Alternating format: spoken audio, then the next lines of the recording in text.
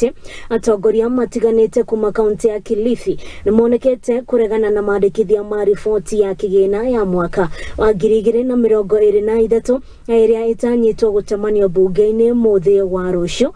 Kuringana na atongoria aya maugite ati matigetikira riboti ino ikorwo ikihutuka, no ona kuri ogwo kuri manyitete baru makiuga ati Kigina giki kana riboti ino ya mwaka wa 2023 ina maundu manene na maukorwo makimaguna.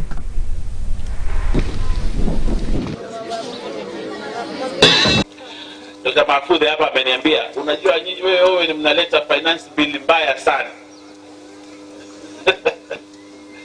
Lakini mimi nikamwambia ni vile watu wameifanya hii finance bill, wameifanya kama shetani.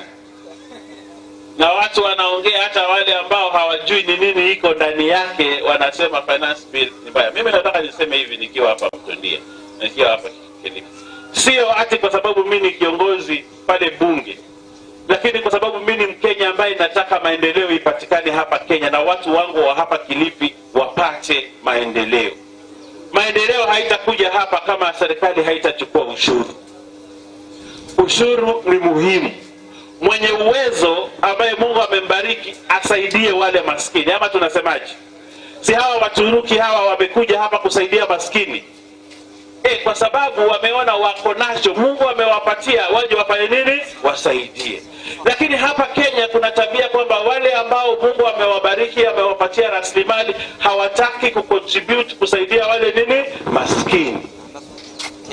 Na hii finance bill tunataka to address one issue, equality. Tunataka kila mtu equity, kila mtu atoke pale chini aende wapi? Juu. Lakini watu wanasema tutapinga finance bill. Mimi nasema finance bill mpaka inachelewa, tutaipigia kura, ipite, tupate ushuru, tufanye maendeleo na wananchi wetu wapate maendeleo.